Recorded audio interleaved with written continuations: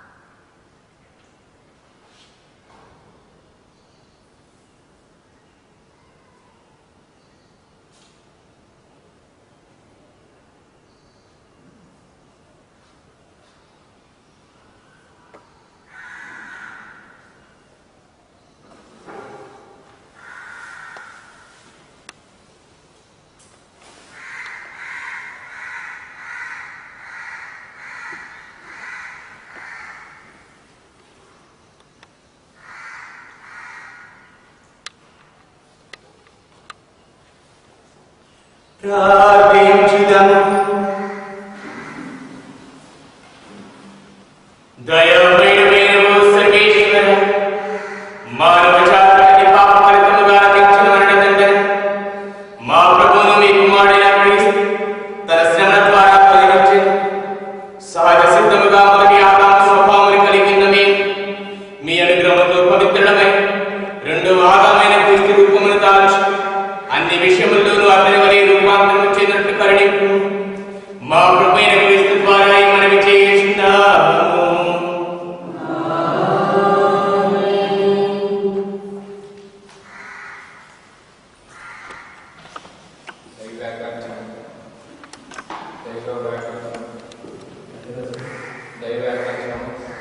వ్యాఖ్యానం క్రీస్తుని గురించి యెషయా పలికిన ప్రవచనము. ఈ మొదటి పట్టణంలో వినిచున్నాము. గొర్రె కాలు సిద్ధంగా స్వాది స్వభావం దాన్ని వధించడానికి తీసుకొని పోవడానికి అది ఏమీ తెలియదు. కానీ ఈ సర్వజ్ఞాని అయిన క్రీస్తు అని తెలిసి కూడా ఏమి తెలియని అజ్ఞానిగా తండ్రి చిత్తము నెరవేర్చడానికి వధించబడడానికి కూడా ఒప్పుకున్నాడు. ఇదే అయినా విధేయతలో ఉన్న విశిష్టత, ఇది అయినా విజయానికి కారణం. ఇదే రీతిగా దేవుడికి విధేయుడై ఉండడానికి మనకు రక్షణ లభిస్తుంది.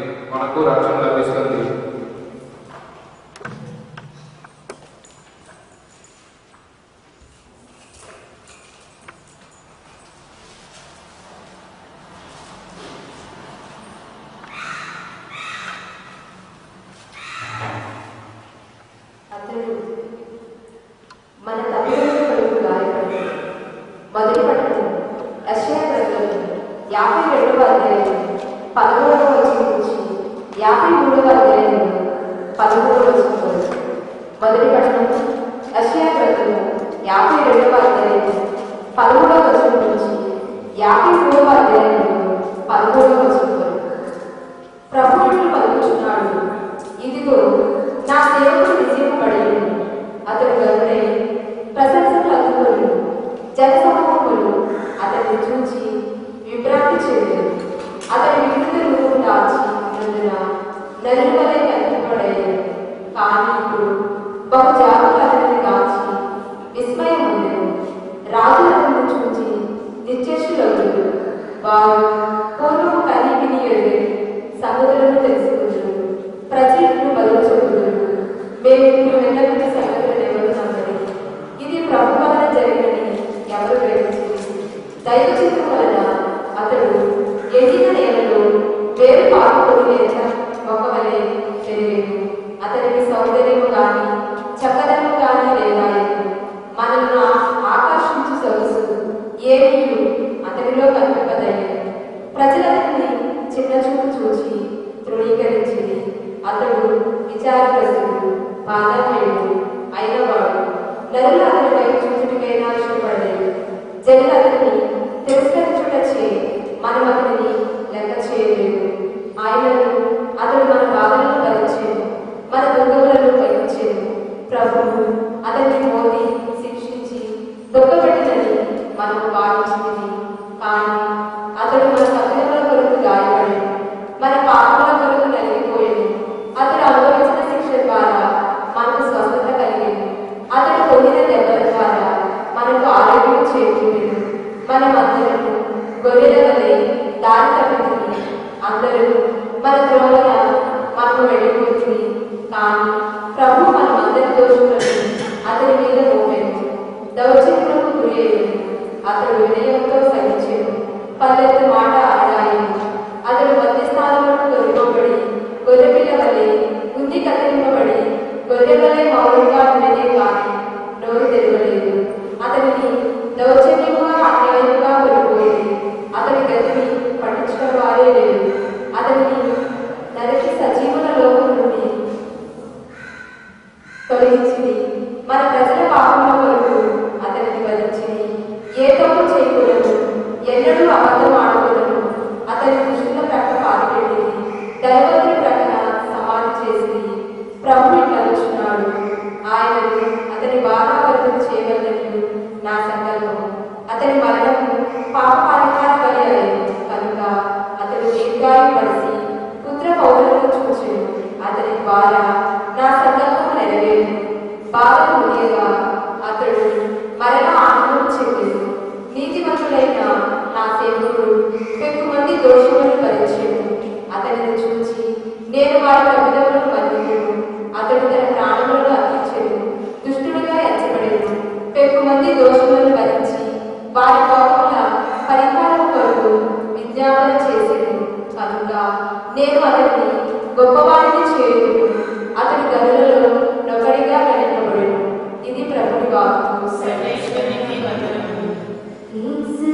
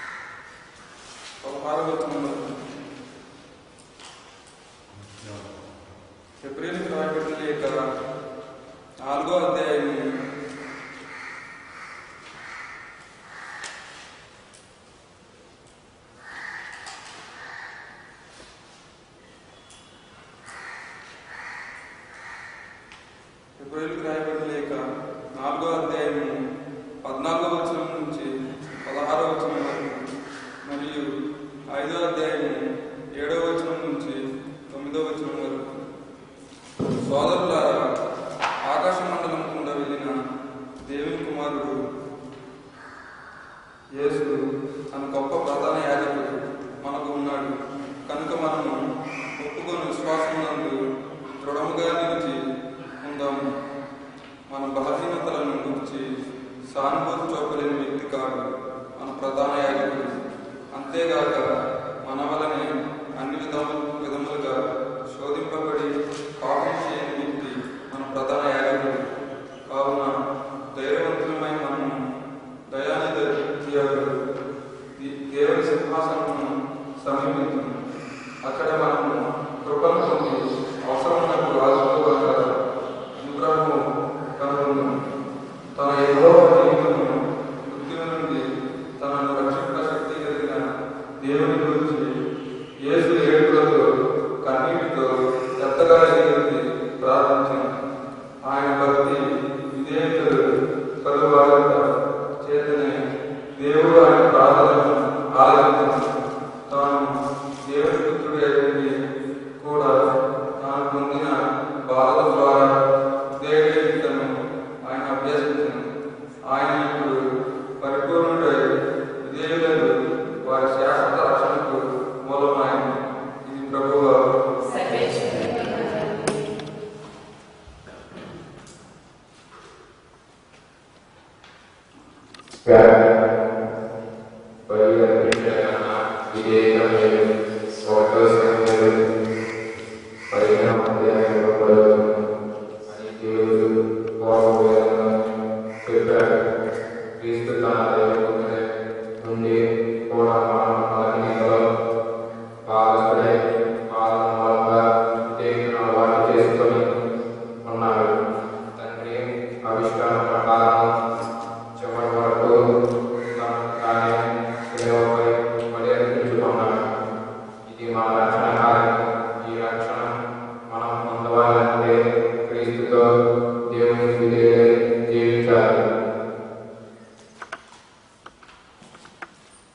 సువిశేషములకు ముందు వచనం.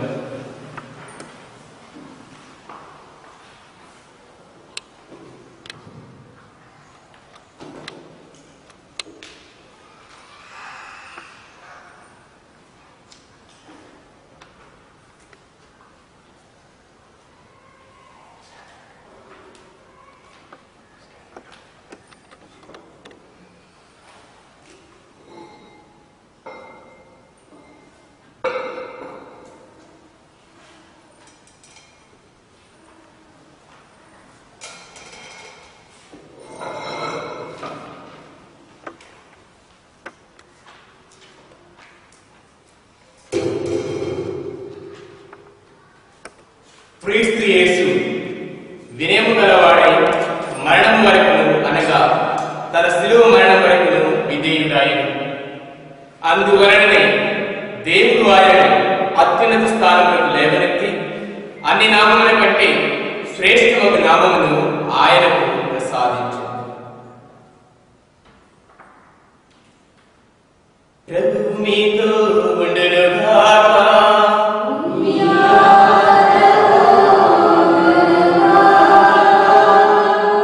పునీత యోహాను గారు రాసిన పవిత్ర సువిశేషములోని భాగము.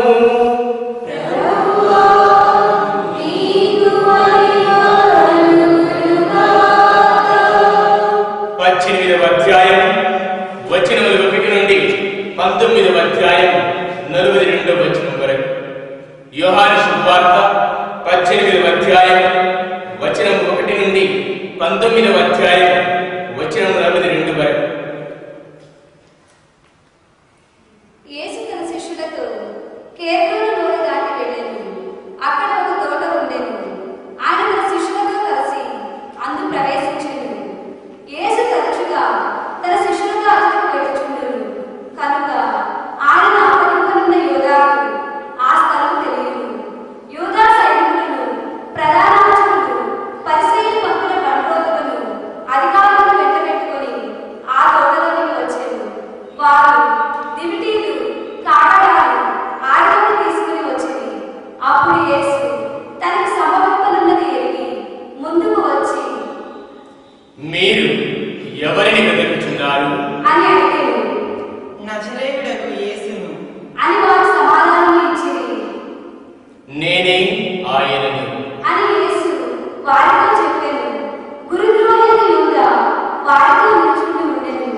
యేసు నేనే ఆయనను అని చెప్పగానే వారు వెనుకకు తగ్గి నేల మీద పడిపోయి ఆయన మరలా మీరు ఎవరిని వెతుకుచున్నారు అని ప్రశ్నించాను. అందుకు వారు నజరేయుడగు యేసును అని పలికిరి. నేనే ఆయనను అని మీతో చెప్పింది కనుక మీరు నన్ను వెతుకుచున్నచో వీరిని పోనిండు. అని యేసు తిరిగి చెప్పాను. నీవు నాకు వసిన వారిలో ఏ ఒక్కరినైనాను నేను పోగొట్టుకొనలేదు అను వాక్యము నెరవేరుటకు ఇట్లు చెప్పాను. సీమోను పేతురు తన ఎదురున్న కత్తితో ప్రధాన యాజకుని సేవకుని కుడి చెవిని తెగనరికెను. ఆ సేవకుని పేరు మార్కుసు. యేసు పేతురుతో, నీ కత్తిని వలలో పెట్టు. తండ్రి నాకు ఇచ్చిన శ్రవణ పాత్రను నేను పానము చేయవలదా అనేను. అప్పుడు సైనికులు, సేనాధిపతి, యూదుల బండ్రోతులు యేసుని పట్టుకొని బంధించిరి. మొదట అన్నాయకుని తీసుకుని పోయిరి. ఆ సంవత్సరము ప్రధాన యాజకుడు కైఫాకు అతడు మామ. ఈ కైఫా ప్రజలందరి కొరకు ఒకడు మరణించుట మేలు అని యూదులకు సలహా ఇచ్చినవాడు. సీమోను పేతురును మరియొక శిష్యుడును యేసు వెంట వెళ్ళిరి. ఈ శిష్యులకు ప్రధాన యాజకునితో పరిచయం ఉండటచే అతడు యేసు వెంట ప్రధాన యాజకుని ప్రాంగణంలోనికి వెళ్ళెను. కానీ పేతురు వారిలో వెలుపలనే ఉండిపోయెను. అప్పుడు ప్రధాన యాజకునితో పరిచయం ఉన్న శిష్యుడు వచ్చి ద్వారపాలకురాలితో చెప్పి పేతురుని లోపలికి తీసుకుని వెళ్ళెను. ఆ ద్వారపాలిక పేతురుతో, నీవును ఆ మనుషుని శిష్యులలో ఒకడవు కాగా అని అడిగాను. నేను కాదు అని పేతురు పలికెను. చలిగా ఉన్నందున సేవకులు, బండ్రోతులు మంట వేసి చలి కాచుకొనుచు అట నిలుచుండిరి.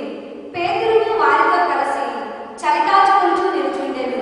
ప్రధాన యాజకుడు యేసు శిష్యుల గురించి, ఆయన బోధన గురించి ఆయనను ప్రశ్నింప, నేను అందరి ఎదుట బహిరంగముగా మాట్లాడి యూదులందరూ సమావేశము ప్రార్థనా మందిరములలో దేవాలయములలో బోధించితిని కాని రహస్యముగా నేను ఏమీ చెప్పలేదు. నీవు నన్ను అడుగుట ఎందుకు?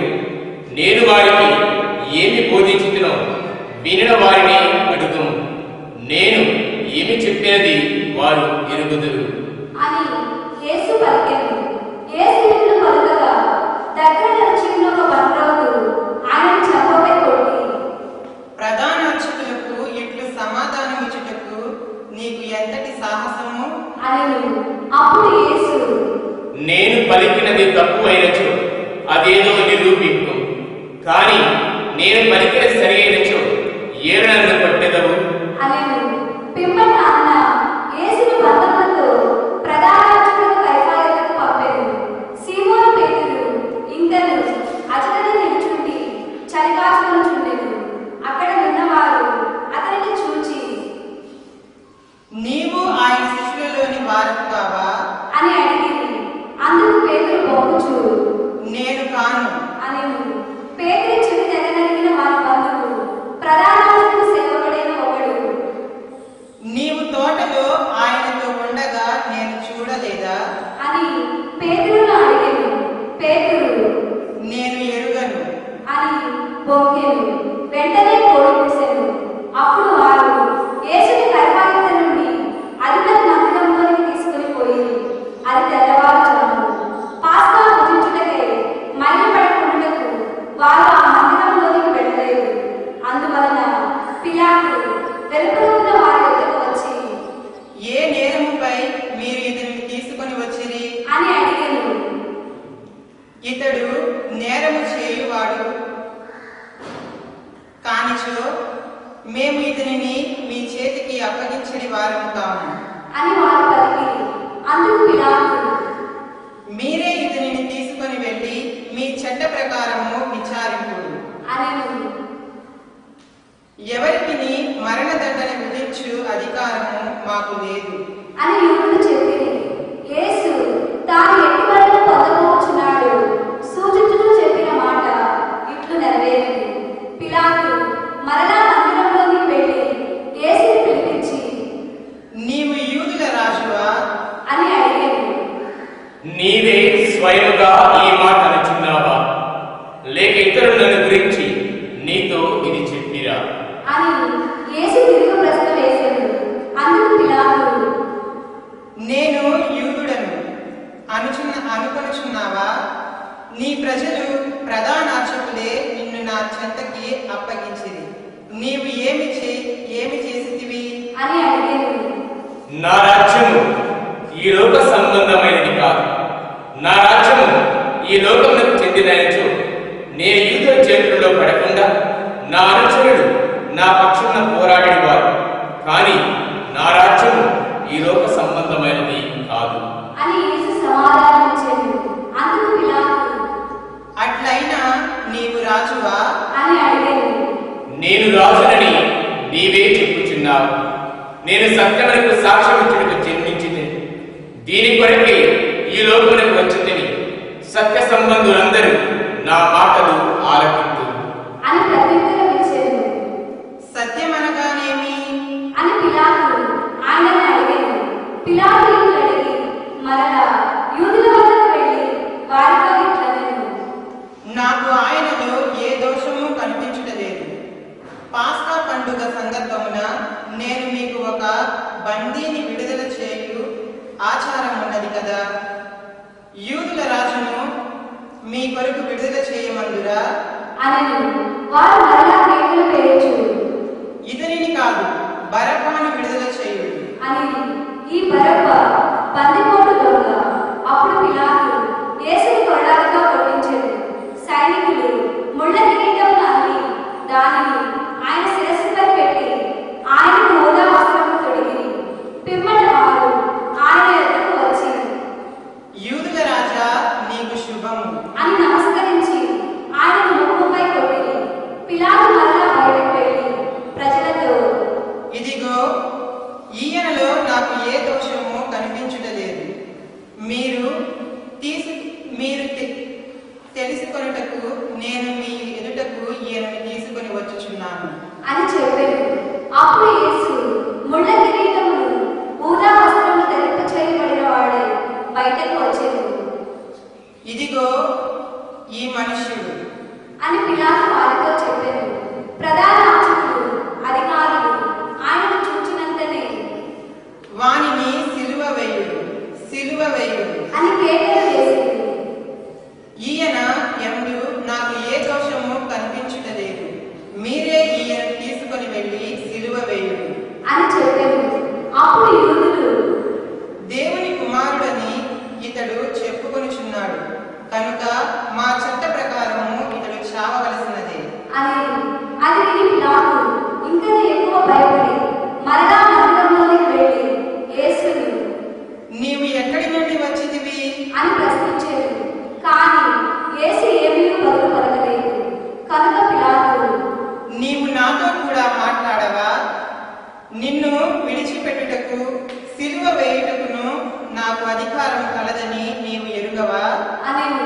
అందుకు యేసు, పై నుండి నీకు అధికారం ఇయ్యబడని ఎడల నీకు నాపై అధికారం ఏమాత్రము ఉండేది కాదు. అందుచే నన్ను నీ చేతికి అప్పగించిన వాడు ఎక్కువ పాపము కట్టుకొనుచున్నాడు అని పలికెను. అందుకు పిలాతు ఆయనను విడిచిపెట్టుటకు మరి ఎక్కువగా ప్రయత్నింపసాగాడు. కానీ యూదులు, ఇతనిని విడిచిపెట్టినచో నీవు చక్రవర్తికి మిత్రుడవు కావు, రాజునని ఇతడు రాజునని చెప్పుకొని వాడు చక్రవర్తికి విరోధి అని కేకలు వేసి, పిలాతు ఈ మాటలు విని యేసును వెలుపలకు తీసుకుని వచ్చి రాణివలసిన స్థలమందు న్యాయపీఠముపై కూర్చుండెను. దానిని హీబ్రూ భాషలో గబ్బతా అందురు. అది పాస్కా పండుగకు సిద్ధపడు దినము. ఇంచుమించు మధ్యాహ్నం 12 గంటల సమయము. పిలాతు యూదులతో, ఇదిగో మీ రాజు అనెను. అందుకు వారు, ఇతనిని చంపివేయుడు, ఇతనిని చంపివేయుడు, ఇతనిని సిలువ వేయుడు అని కేకలు పెట్టింది. పిలాతు వారితో, నేను మీ రాజును సిలువ వేయుదునా? అనెను. అందుకు ప్రధానార్చకులు సీజరు తప్ప మాకు వేరొక రాజు లేడు అని పలికింది. అప్పుడు పిలాతు యేసును సిలువ వేయుటకు వారి చేతికి అప్పగించెను. కనుక వారు ఆయన తీసుకొని పోయింది. యేసు తన సిలువను మోసుకొని కపాలము స్థలములకు వెళ్ళెను. దానిని హీబ్రూ భాషలో గొల్గొతా అందురు. అక్కడ వారు యేసును సిలువ వేసింది. యేసును మధ్యలో ఆయన ఇరువైపులా మరి ఇద్దరిని అట్లే సిలువ వేసింది. నజరేయుడైన యేసు యూదుల రాజు అను బిరుదును రాయించి పిలాతు ఆయన సిలువపై పెట్టించెను. యేసును సిలువ వేసిన స్థలము నగరమునకు దగ్గరగా ఉండటచే యూదుల అనేకులు దానిని చదివింది. అది హీబ్రూ, లతీను, గ్రీకు భాషలలో రాయబడింది. అంతటా యూదుల ప్రధానార్చకులు పిలాతుతో, యూదుల రాజును అని వ్రాయము, నేను యూదుల రాజును అని అతడు చెప్పినని వ్రాయము అని. అందుకు పిలాతు, నేను వ్రాసినదేమో వ్రాసి తిని అంతే అనెను. యేసును సిలువ వేసిన పిమ్మట సైనికులు ఆయన వస్త్రములను 4 భాగములు చేసి తలకొక భాగము తీసుకుని వారు అంగీని సహితము తీసుకుని అది పైనుండి క్రిందకు కుట్టు లేకుండా నేయబడి ఉన్నందున దీనిని చింపవద్దు, ఇది ఎవరికి వచ్చినో అదృష్టపు చీట్లు వేసుకొందుము అని వారు ఒకరితో ఒకరు చెప్పుకుని వారు తమలో నా వస్త్రములు పంచుకుని నా అంగీ కొరకు అదృష్టపు చీట్లు వేసుకుని అను లేఖనము నెరవేరినట్లు ఇది జరిగేను. ఇందువలననే సైనికులు ఇట్లు చేసేది. యేసు సిలువ చెంత ఆయన తల్లియు ఆమె సోదరి క్లోపా భార్యయగు మరియమ్మయు మగ్దలా మరియమ్మయు నిలువబడి ఉండేది.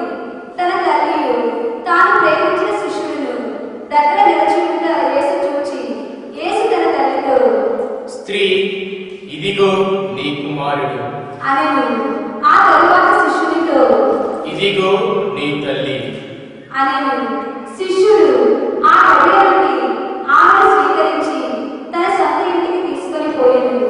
పిదప యేసు అంతయు సమాప్తమైనదని గ్రహించి, నాకు దాహమగుచున్నది అనెను.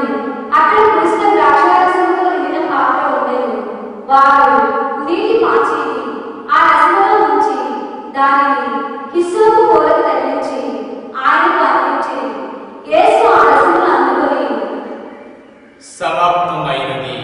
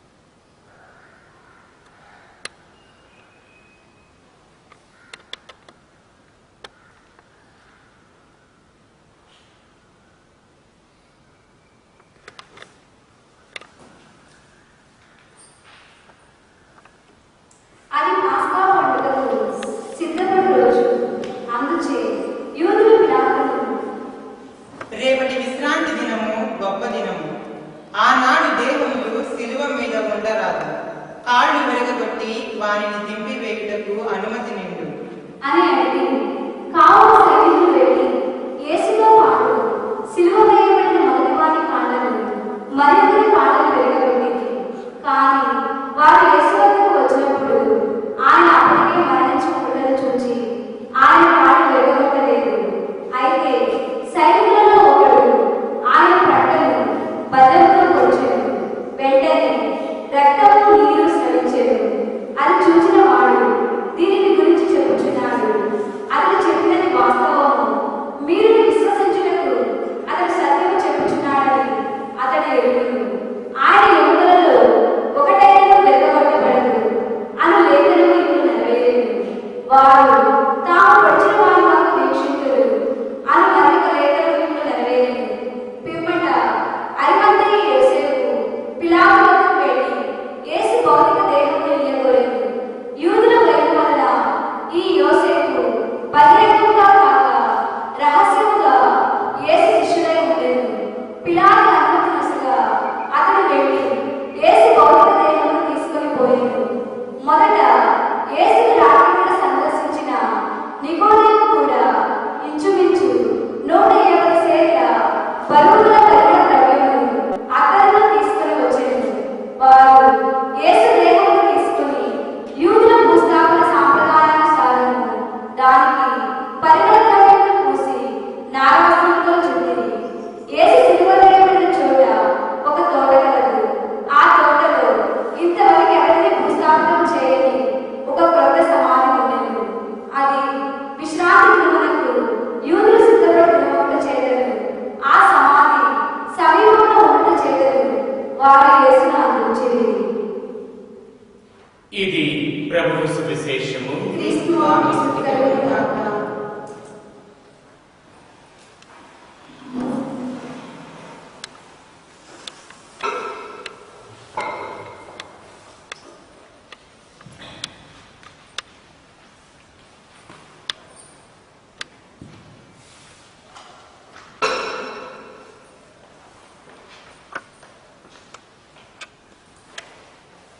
దేవుని యందు ప్రియ సహోదరి సహోదరులారా, గడిచిన సంవత్సరము తపస్సు కాలంలో దాదాపు ఏప్రిల్ 8వ తారీఖు ఆంధ్రజ్యోతి డిస్ట్రిక్ట్ ఎడిషన్లో, నాకు తెలిసి డిస్ట్రిక్ట్ ఎడిషన్ అనుకుంటాను, అందులో సుశీల్ సందేశ్ అనేటువంటి రచయిత క్రీస్తు ప్రభు గురించి మరియు పెద్ద శుక్రవారం గురించి ఒక వ్యాఖ్యానం రాశారు.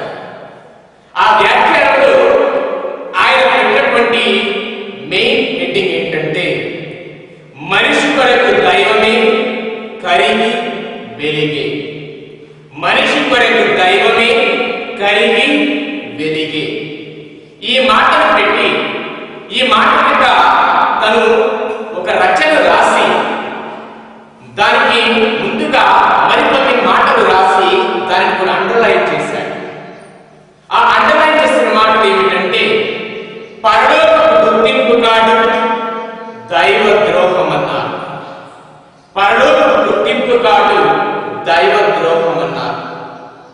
దేవుని యందు ప్రియ సహోదరి సహోదరుడా, మనందరం కూడా ఈ మధ్య కాలంలో ఎన్నో కష్టాలు అనుభవిస్తూ ఉన్నాం.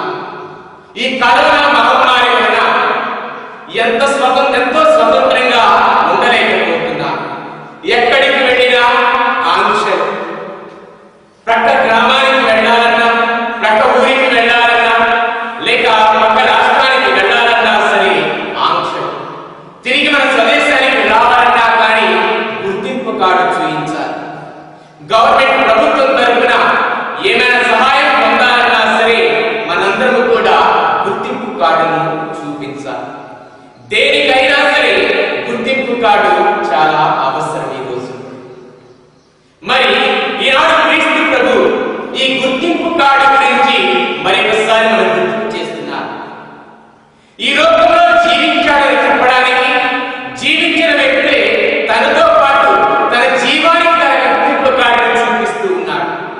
ఇదిగో నేను ఫలానా వ్యక్తి, ఫలానా కుటుంబం నుంచి వస్తున్నాను, ఫలానా వారి కుమారుణ్ణి, కుమార్తెను, ఫలానా వారి భర్తను,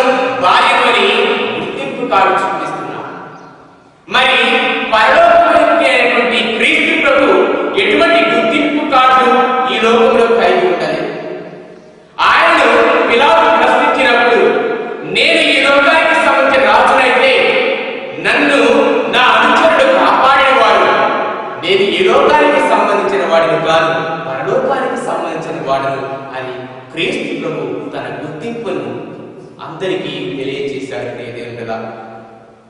మరి క్రీస్తు ప్రభు తన రాజ్యము ఈ లోకానికి సంబంధించింది కాదు అని వివరణ ఇచ్చారు. యూదులు పిలాతును బ్లాక్మెయిల్ చేశారు.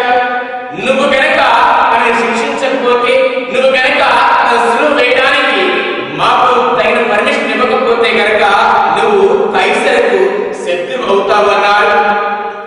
పిలాతు దీనికి భయపడి నీ ఇష్టం వచ్చేట్టు చేసుకోండి, నేను మాత్రం ఈ నీతిమంతుని రక్తానికి అపరాధిని కాను అని నీటితో తన చేతులు కడుక్కున్నాడు. పిలాతు పిరికివాడిగా మిగిలిపోయాడు. యూద మత నాయకుడు, కాపలు తీరినటువంటి కుట్రదారి అందరూ కలిసి మంచితనానికి, ఎల్లగలేని మానవత్వానికి, ప్రేమకు, క్షమాపణకు మారుపైనటువంటి క్రీస్తు ప్రభువుని సిలువ వేశారు. చిత్రహింసను పెట్టి సిలువ వేశారు. మతం ఆయన చంపివేసింది, మతం ఆయన మట్టు పెట్టింది, మతం విధించిన శిక్ష ఇది ప్రియదేవుని బిడ్డలారా. ఇటువంటి సమయంలో ఇది ఏ విధంగా శుక్రవారం పిలువబడుతుంది, ఇటువంటి సమయంలో ఏ విధంగా ఇది మంచి శుక్రవారంగా కొనియాడబడుతుంది. ఈ రోజు మనమందరం కూడా పెద్ద శుక్రవారం అని, శుభ శుక్రవారం అని, మంచి శుక్రవారం అని కొనియాడుతున్నాం. మరి ఏ విధంగా ఒక మంచితనానికి మారినటువంటి క్రీస్తు ప్రభు సిలువ వేయబడినప్పుడు, ఒక నీతిమంతుడు అపరాధం చేయకుండానే అన్యాయంగా శిక్ష విధింపబడినప్పుడు, ఒక మతమే మానవుని శిక్షించి మరణాన్ని గురి చేసినప్పుడు, ప్రేమించాల్సిన మతమే మరణానికి కారణమైనప్పుడు, ఏ విధంగా మనమందరము కూడా ఈ శుక్రవారాన్ని మంచి శుక్రవారం అనిపిస్తాం, ఈ శుక్రవారాన్ని శుభ శుక్రవారం అనిపిస్తాం. మతం చేసిన తప్పు, మానవత్వం కోల్పోయిన మార్పు మనలో ఏ విధంగా ఈ రోజును పవిత్ర రోజుగా పిలవడానికి, సాహసం చూపించడానికి సహాయపడుతుంది అని ఒక్కసారి ఆత్మ పరిశీలన చేసుకోవాలి ప్రియదేవుని బిడ్డలారా. ప్రియదేవుని బిడ్డలారా, ఆ వ్యక్తి రాసినటువంటి ఆ వ్యాస రచన ఒకసారి చూసినట్లయితే కనుక ఆయన కొన్ని ఈ ఆధునిక ప్రపంచానికి సంబంధించినటువంటి మాటలు కూడా వాడుతున్నారు. ఆయన చెప్తున్న మాటలు ఏమిటంటే, ఇప్పుడు కనుక క్రీస్తు ప్రభు సిలువ వేయబడితే, ఈ సమయంలో క్రీస్తు ప్రభు మన వద్ద సిలువ వేయబడితే మనం ఏమి చేస్తాము? అది మన యొక్క వ్యక్తిగత ఆలోచనకు సంబంధించింది. నీ మధ్య నా మధ్య ఒక వ్యక్తి అన్యాయంగా శిక్షింపబడినప్పుడు ఎటువంటి వ్యక్తులు ఈ యొక్క ప్రస్తుత ప్రపంచంలో ఉన్నారు, ఎటువంటి వ్యక్తులు ఆ కార్యాలకు తిరుగుతూ ఉంటారు, ఎటువంటి వ్యక్తులు ఈ యొక్క అన్యాయానికి గురి అయినటువంటి వ్యక్తి చుట్టూ ఉంటారు అంటే కొన్ని రకాల మాటలు చెప్పబడుతున్నారు. అందులో అనేక మంది నిరుచం చూస్తూ ఉంటారు, అనేక మంది నాది కాదు కదా, ఏమి జరుగుతుందో చూద్దాము అని అనేక మంది సక్రంగా నిలిచి చూస్తూ ఉంటారు. మరికొంతమంది సెల్ఫీలు తీసుకుంటారు, మరికొంతమంది ఫోటోలు తీసుకుంటారు. ఈ జరిగే సంఘటనలన్నింటినీ కూడా వారి యొక్క మొబైల్ ఫోన్లో చిత్రీకరిస్తుంటారు. మరికొంతమంది మంచి సమరీయుడి వలె చేయూతను అందిస్తారు. ప్రియ దేవుని బిడ్డలారా, ఈనాడు సువిశేషపట్నంలో కూడా ఈ 3 రకాల వ్యక్తులు మనం చూస్తూ ఉన్నాం. క్రీస్తు ప్రభు కూడా ఈ 3 రకాల వ్యక్తులను ఆనాడు సిలువ వేయబడే ముందు కూడా ఆయన గమనించారు. అందులో మొదటి వారు ఉదాసీనత ప్రజలు. క్రీస్తుకి ఏమి జరుగుతుందో దానికి క్రీస్తు ప్రభు జరిగే సంఘటనలు, క్రీస్తు ప్రభు జరిగేటువంటి అన్ని రకాల విషయాలను అనేక మంది చూస్తూ ఉన్నారు. వారికి అనేక మంది సిలువ వేయబడ్డారు, ఇది మరొక సిలువ అంతే. అనేక మంది శిక్షింపబడ్డారు అన్యాయంగా, ఇది మరొక వ్యక్తికి జరిగేటటువంటి అన్యాయం అంతే. అటువంటి వారిలో కొందరు సైనికులు అనేక మందికి ఆనాడు శిక్ష విధించారు. క్రీస్తు ప్రభు వారిలో ఒకడు. చూడడం, వారి బాధ్యతను వారు నెరవేర్చడం, ఇది సామాన్య ఉదాసీనత కలిగినటువంటి ప్రజలు. రెండవ వారు సానుభూతి కలిగినటువంటి ప్రజలు.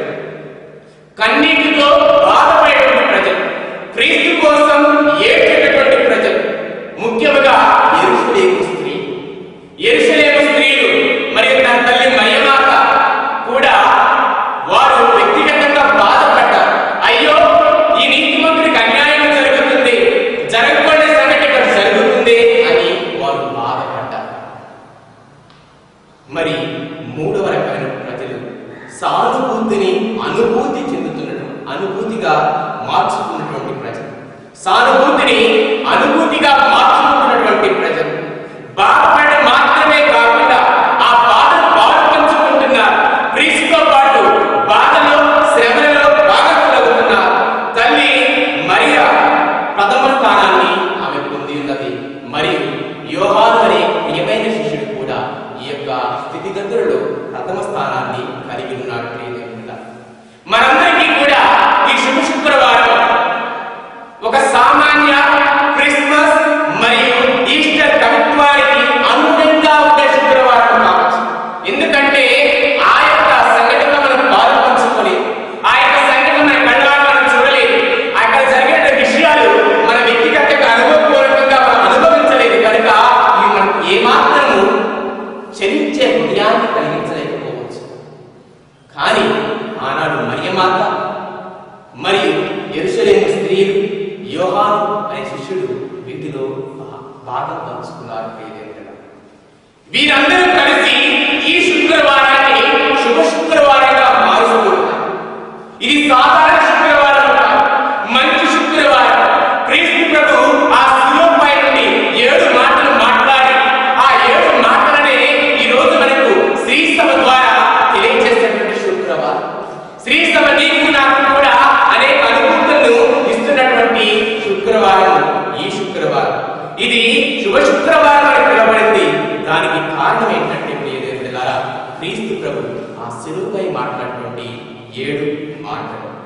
అందులో మొదటిది, తండ్రి మీరు చేయనిదేమో మీరెరుగరు, వీరిని క్షమింపు.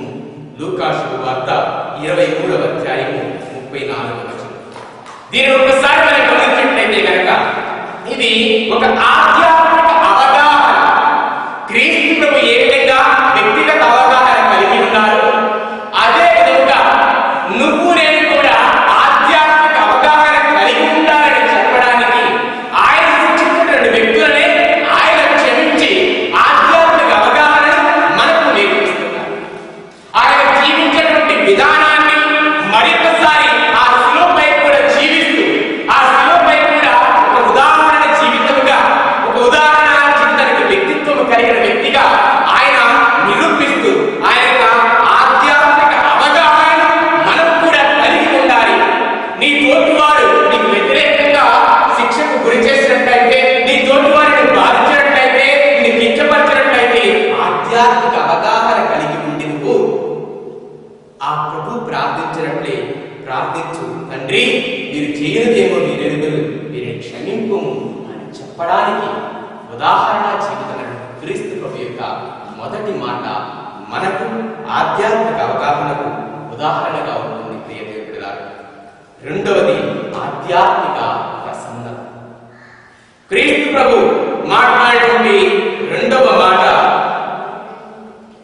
నేడే నీవు నాతో కూడా పరలోకమున ప్రవేశించదు అని నీతో నిజముగా చెప్పుచున్నాను. ప్రియదేవుని బిడ్డలారా, ఈ సంఘటన మీరు విన్నారో లేదో నాకు తెలియదు, కానీ అది యాక్చువల్గా చివరిలో చెబుదామనుకున్నాను. కానీ ఇక్కడ సమయం వచ్చింది కాబట్టి చెబుతున్నాను. స్టెయిన్ అనేటటువంటి ఒక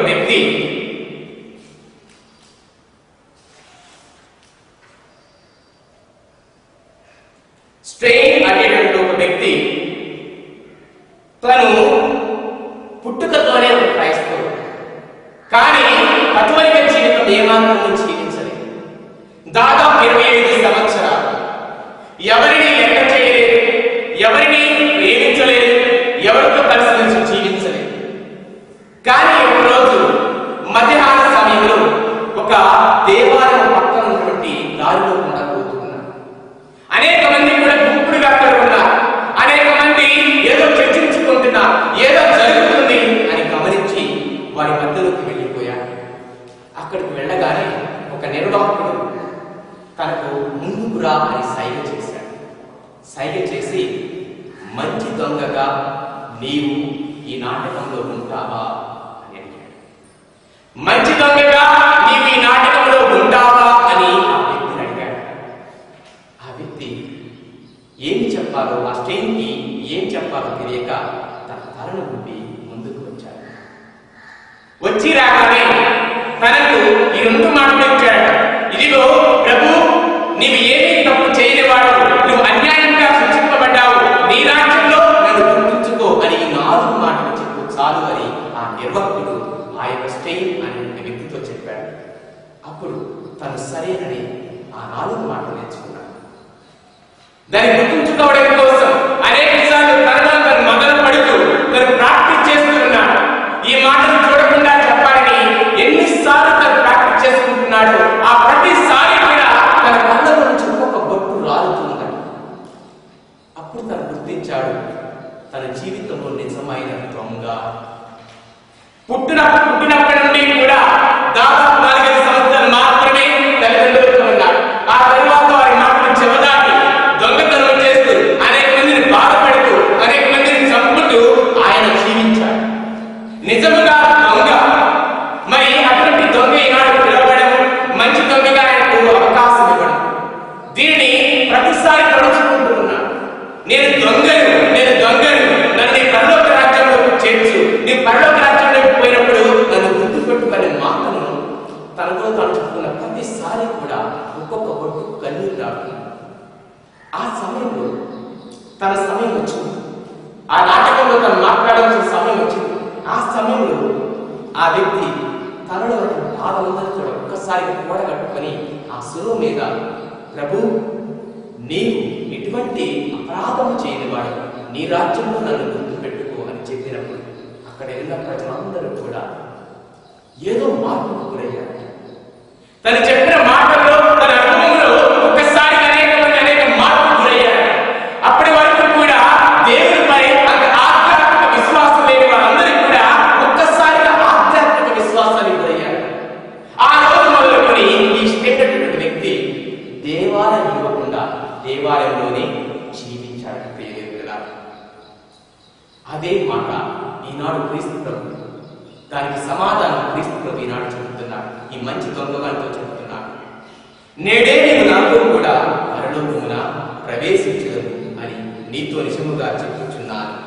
ఈ మాట ప్రియమైన బిడ్డలారా, క్రీస్తు ప్రభువుకి ఎవరెవరైతే చెబుతారో, ఎవరెవరైతే అనుభవపూర్వకంగా క్రీస్తు మాట్లాడగలుగుతారో వారందరికీ కూడా తిరిగి క్రీస్తు ప్రభు బోధిస్తాడు.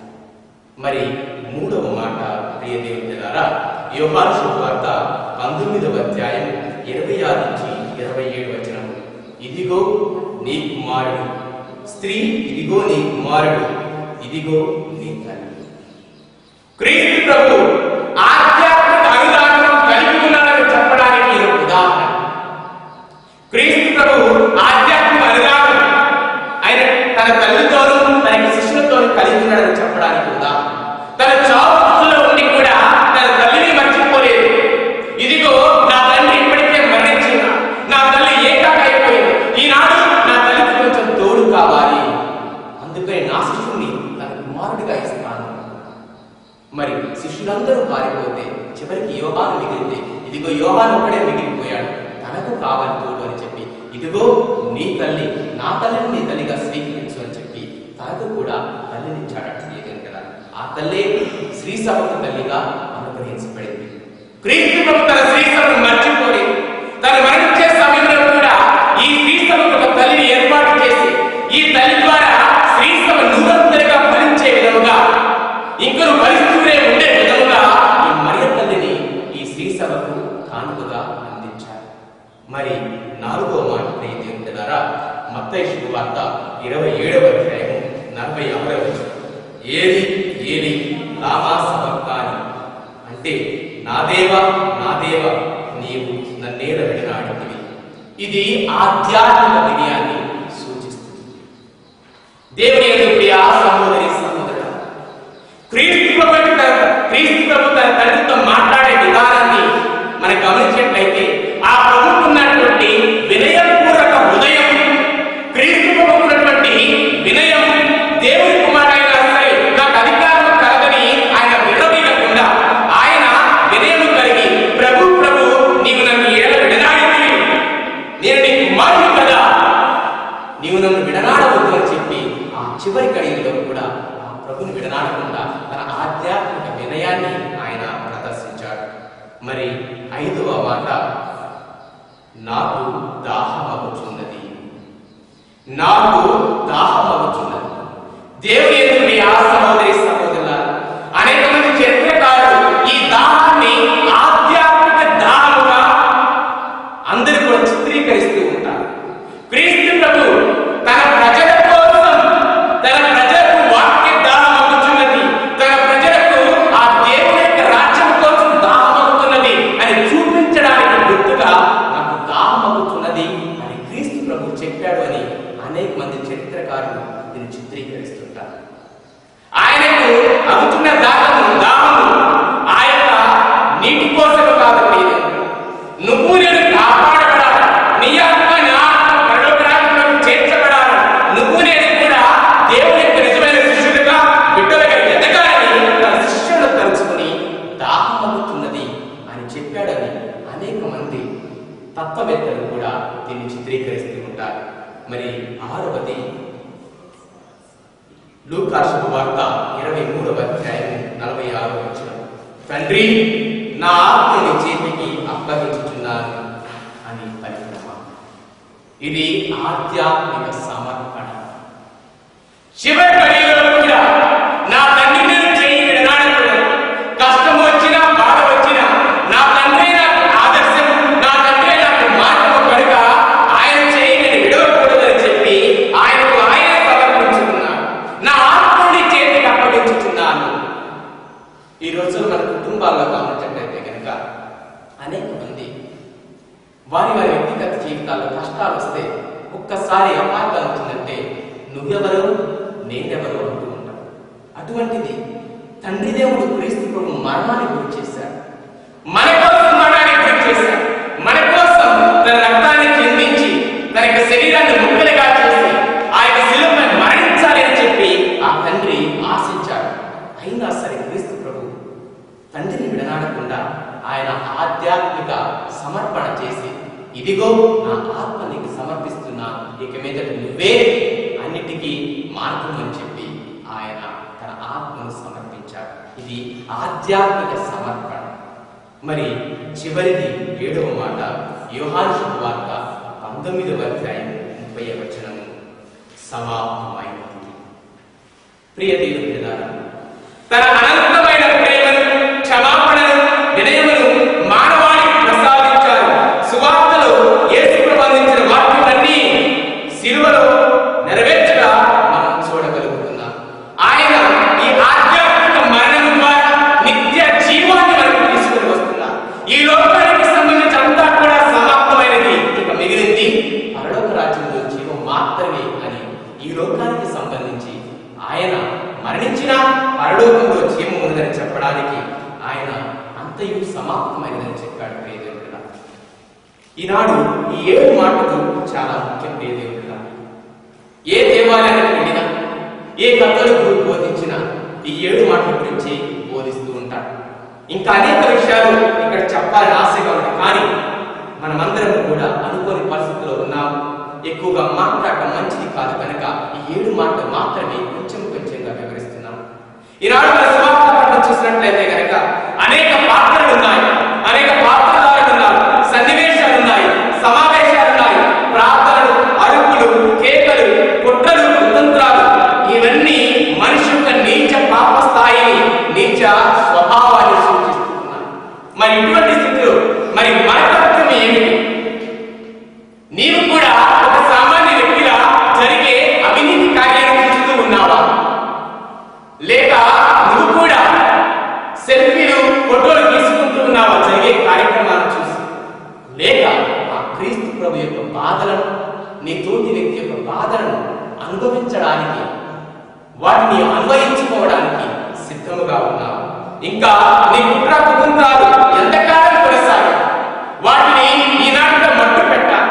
ఆ కుటుంబ కుటుంబాలు తీసివేసి సామాన్య మనుష్య జీవితం జీవించాలి, వ్యక్తిత్వ జీవితం జీవించాలి. ఈనాడు ఎంతో మంది ఈ సినీ నాయకుల వెనుక, ఈ యొక్క రాజకీయ నాయకుల వెనుక తిరుగుతూ మరి వ్యక్తిగత ఆదర్శ జీవితాన్ని మర్చిపోతూ ఉంటారు. వారితో తిరగడం తప్పు అనడం లేదు, ఎంతవరకు ఉండాలో అంతవరకే ఉండాలి. మనకున్నటువంటి క్రీస్తు ప్రభు నిజమైన దేవుడని గ్రహించి ఆయన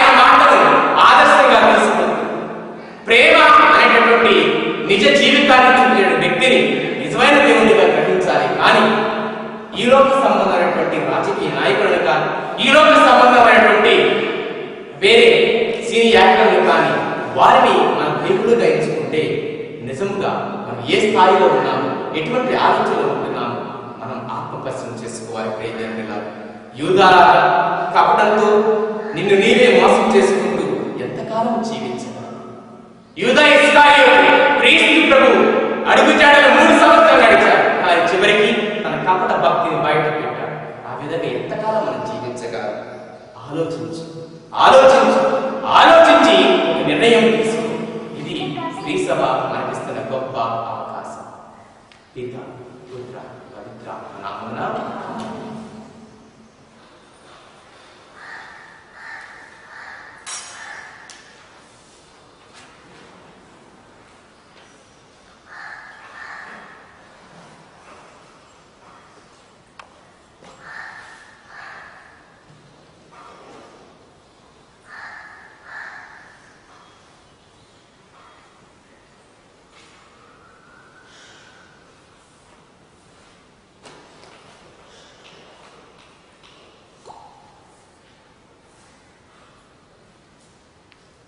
అందరము లేచి నిలబడి విశ్వాసుల విశేష విజ్ఞాపనలో పాల్గొందాం. అందరూ చేతులు జోడించండి. ప్రియులారా, పవిత్ర విశ్వవ్యాప్త శ్రీ సభ కొరకు తండ్రి అయిన సర్వశక్తిగా దేవుని ప్రార్థించుదాం. ప్రపంచమంతటా విస్తరించిన శ్రీ సభకు శాంతిని ప్రసాదించడం, తన సభకు ఏకత్వమును ప్రసాదించి కాచి కాపాడినట్టు మన జీవితంలో శాంతి పద్ధతి వసుకున్నట్టును ప్రార్థించుదాం.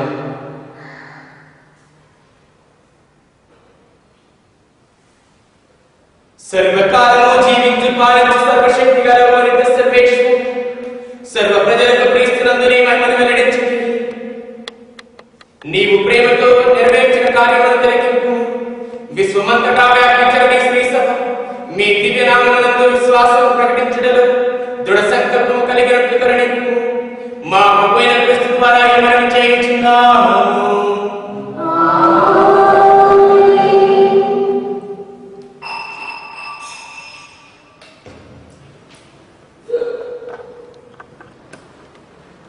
జగద్గురు కొరకు మన పరిశుద్ధ జ్ఞానపతి అయిన ఫ్రాన్సిస్ జగద్గురు కొరకు ప్రార్థించడం. అతని అపోస్తుల వారసులుగా ఎన్నుకున్న మన ప్రభు అయిన సర్వేశ్వరుని దైవ ప్రజలను పరిపాలించు నిమిత్తమును అతనికి ఏ హాని జరగకుండా కాపాడమని ప్రార్థించుదాము.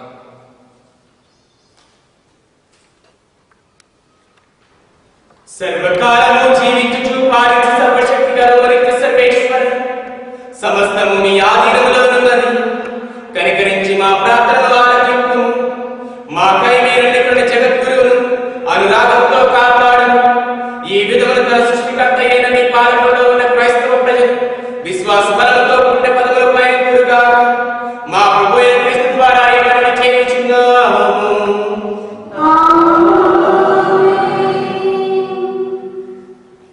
సమస్త అభిషేకుల కొరకు విశ్వాసులలో వివిధ ప్రచారకుల కొరకు మన తరగతోటి పితాధిపతుల కొరకును తదుపరి పితాధిపతులు యాజకులు డీకన్లు శ్రీ సభలను ప్రచారకుల కొరకును విశ్వవ్యాప్తి శ్రీ సభ సభ్యులందరూ కొరకును ప్రార్థిస్తాము. సర్వశక్తి గలవాని సర్వేశ్వర నీవు నీ పవిత్రాత్మ ద్వారా శ్రీ సభను పవిత్రపరిచి పాలించుచున్నావు. ఆయా అంతస్తులందు పరిచర్యలు అందించు వారి కొరకు మేము చేయు విజ్ఞాపనలు ఆలకింపు. మీ కృపణ వారందరి యోగ్యమైన విధముగా మీ సేవను కొనసాగించుగా మా ప్రభు అయిన క్రీస్తు ద్వారా ఇతరులు చేయుచున్నాము.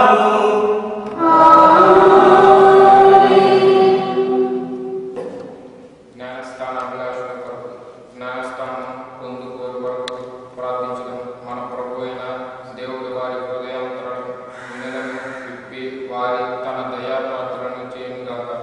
తమకు నూతన జన్మను ప్రసాదించి జ్ఞానస్థానం ద్వారా వారి పాప విమోచనను పొందు క్రీస్తుతో ఐక్యమవునట్లు ప్రార్థించడం.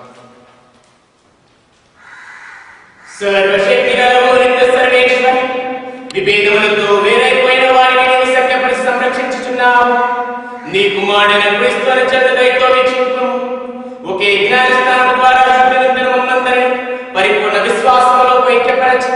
ప్రేమ బంధంలో ఏక కుటుంబంగా జీవించట్టు కరుణింపు. మా ప్రభు అయిన క్రీస్తు ద్వారా ఈ మనవి చేయించున్నాము.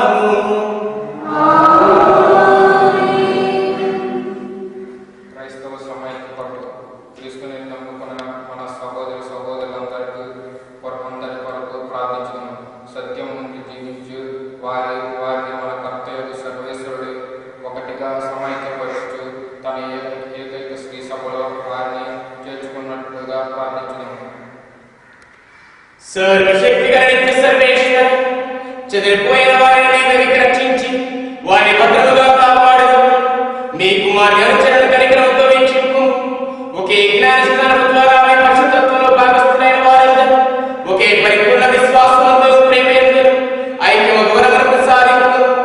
మా ప్రభు అయిన క్రీస్తు ద్వారా ఈ మనవి చేయించున్నాము.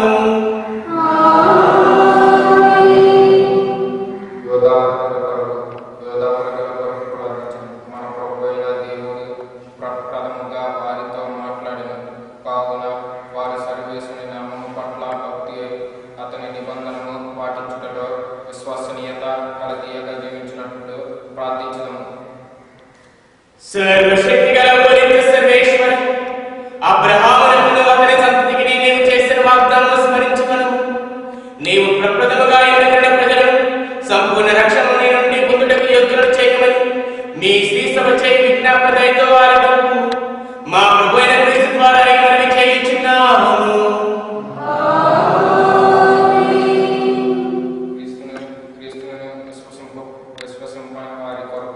క్రీస్తుని విశ్వసింపని వారి కొరకు ప్రార్థించడము. వారు పవిత్రాత్మ వెలుగును పొంది రక్షణ మార్గంలో ప్రవేశించినట్లు ప్రార్థించడము. సర్వశక్తిగల నిత్య సర్వేశ్వర, క్రీస్తుని విశ్వసింపని వారు కూడా మీ సమక్షంలో నీతిమంతముగా జీవించు సత్యమును కనుగొందురుగా. మేమును మీ పరమ సత్యములను అవగాహన చేసుకుందుముగా. మేము కూడా సోదర ప్రేమతో అన్యోన్యముగా జీవించుముగా. ఇతర మతములలోని మా సహోదరి సహోదరులతో సామరస్యముతో వెలుగుచు భూలోకంలో మీ ప్రేమకు ఉత్తమమైన సాక్షరముగా వెలుగునట్లని గ్రహింపు. మా ప్రభు అయిన క్రీస్తు ద్వారా ఈ మనవి చేయించున్నాము.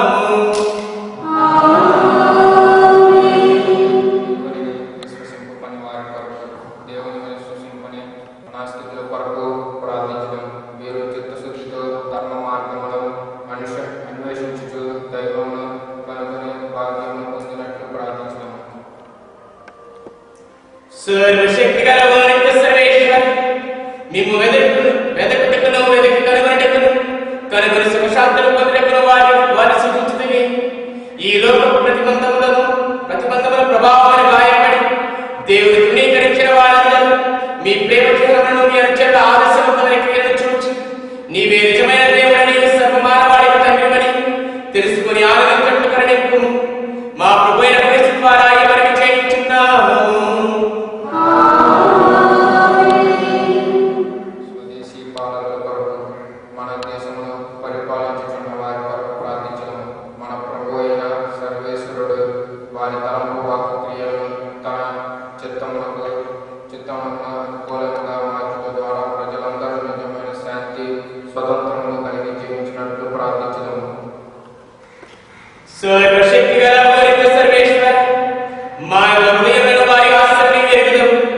వారి హక్కులను నీవే సంరక్షించుచున్నావు. నీ అధికారంతో మమ్ము పాలించుతున్న నాయకుడి కనికరముతో వీక్షింపు. ఉన్నతమైన ఆశయములతో ప్రజాసేవ చేయట్లు వారిని ప్రేరేపింపుము. తద్వారా మా దేశ ప్రజలు సహృద్భావము, శాంతి భద్రతలు, మత స్వాతంత్ర్యము అనుభవింపగలుగుదురుగా. మా ప్రభు అయిన క్రీస్తు ద్వారా ఈ మనవి చేయించున్నాము.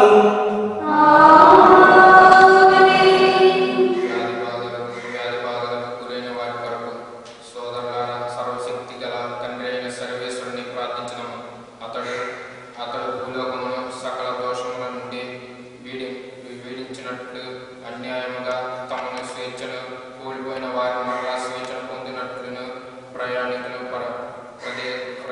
పరదేశము ఉన్నందున వారును సురక్షితములుగా గమ్యముకు చేరవేయగలిగినట్లుగా ఆకలి పీడితులకు ఆదరణను, వ్యాధిగ్రస్తులకు అనారోగ్యమును, మరణావస్థలో ఉన్న వారికి రక్షణను కలిగించినట్లు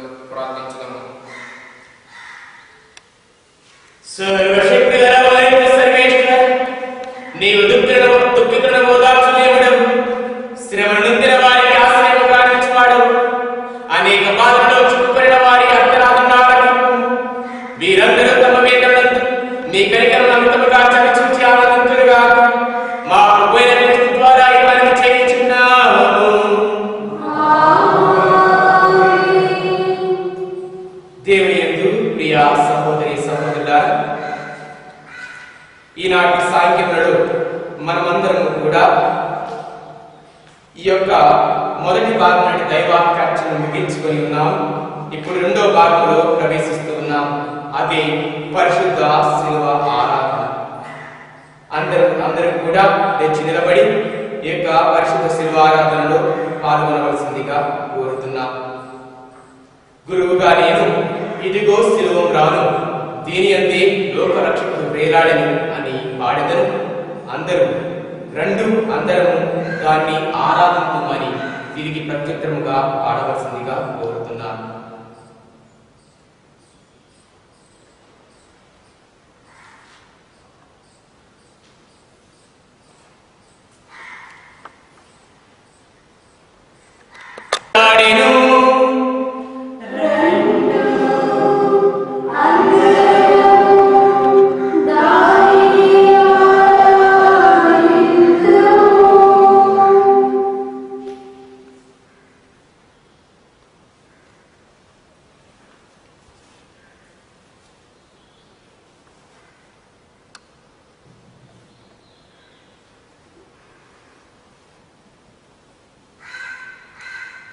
ఇదిగో శిలువ రాను, దీని అందే లోక రక్షకుడు వేలాడెను.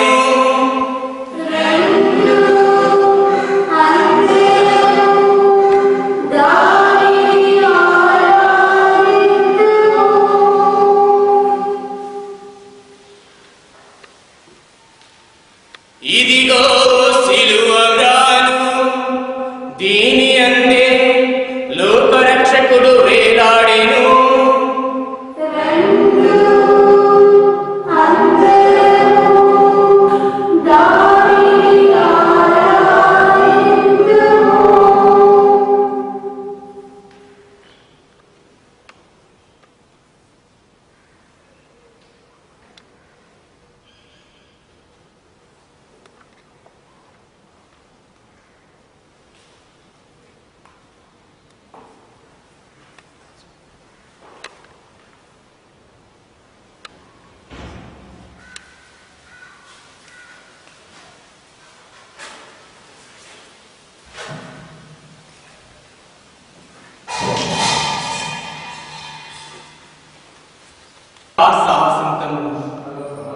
పరలోకమున మా యొక్క తండ్రి, మీ నామము పూజింపబడుగాక, మీ రాజ్యం వచ్చుగాక, మీ చిత్తము పరలోకమున నెరవేరునట్లు భూలోకమున నెరవేరుగాక. నానాటికి కావలసిన మా అన్నము మాకు ఇవ్వండి, మా యొక్క అపరాధాలను మేము మన్నించినట్లు మా అపరాధములను మన్నించండి, మమ్ము శోధనయందు ప్రవేశింపనివ్వక కీడులో నుండి మమ్మల్ని రక్షించండి. ఓ ప్రభువా, నీ కీడు నుండి మమ్మల్ని రక్షించు. మా ఈ రోజున మాకు శాంతిని ప్రసాదం. మీ దయానందం వలన పాపములను విముక్తులు చేసి అన్ని కర్తలను సర్వదా కాపాడు. మీ మోక్షానందమును మా రక్షకుడైన యేసుక్రీస్తు ఆగమమును నిరీక్షించుచుందుము.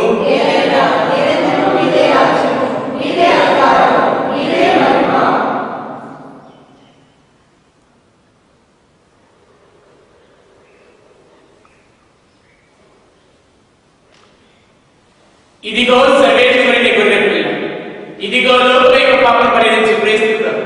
ఈ ప్రభువు ఎందుకు పిలబడి మనమందరము ధన్యులము.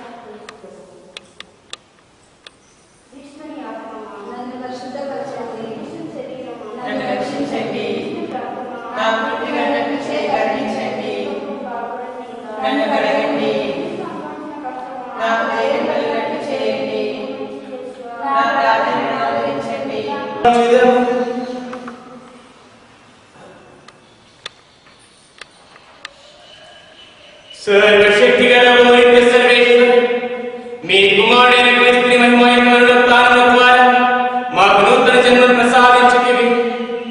మిక్కిలి కరుణతో నీవు నెరవేర్చిన ఈ రక్షణ కార్యక్రమం మాలో నిత్యము స్థిరపడటం గ్రహించుము. మా ప్రభు మరణము ద్వారా వెల్లడైన మీ ప్రేమానురాగములు చవిచూచిన మేము నిలకడ కలిగి ఆ ప్రేమలోనే జీవించటం గ్రహింపు. మా ప్రభు అయిన క్రీస్తు ద్వారా మనవి చేయుచున్నాము. శిరములు వచ్చి దైవాశిస్సు కొరకు ప్రార్థించుదాం. ఓ ప్రభువా, ఇప్పుడు మీ ప్రజలు పునరుత్థానంపై కోరికను ప్రదర్శించు మీ కుమారుడు స్మరణ చేసుకుని వీరిపై మీ అమితాశిస్సులు కురిపింపును. వీరికి పాపక్షమాపణ దయచేయము, ఓదార్పును సమృద్ధిగా రచింపచేయము. వీరి విశ్వాసం అధికమై వీరికి నిత్య రక్షణ దృఢతరమగునుగా మా ప్రభువైన క్రీస్తు ద్వారా మనవి చేయుచున్నాము.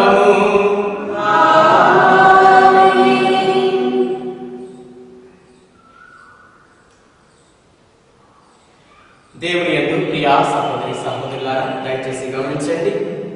ఈ శిలువ ఆరాధన దివ్య సంప్రత సాంగ్యం ముగిసింది. ఇప్పటి నుండి దేవాలయం సాంగ్యములు జరపబడవు. మరియు రేపు సాయంత్రం 10:30 గంటలకు దివ్య బలి పూజ మరియు పొద్దలిపు అందించడం జరుగుతుంది. కనుక రేపటి వరకు కూడా ఇటువంటి పాటలు, ఇటువంటి జపాలు లేకుండా అందరూ కూడా వ్యక్తిగతంగా మీ కుటుంబాల్లో ఉండవలసిందిగా కోరుతున్నారు. ఈరోజు మధ్యాహ్నం 3 గంటలకు దివ్యకారుని జపమాల మీ కుటుంబ వ్యక్తులతో కలిసి ప్రార్థించి ఈ 3 గంటలకు సంబంధించేసి ఈ ప్రార్థన గొప్ప ప్రార్థనగా పరిగణించి ప్రార్థించవలసిందిగా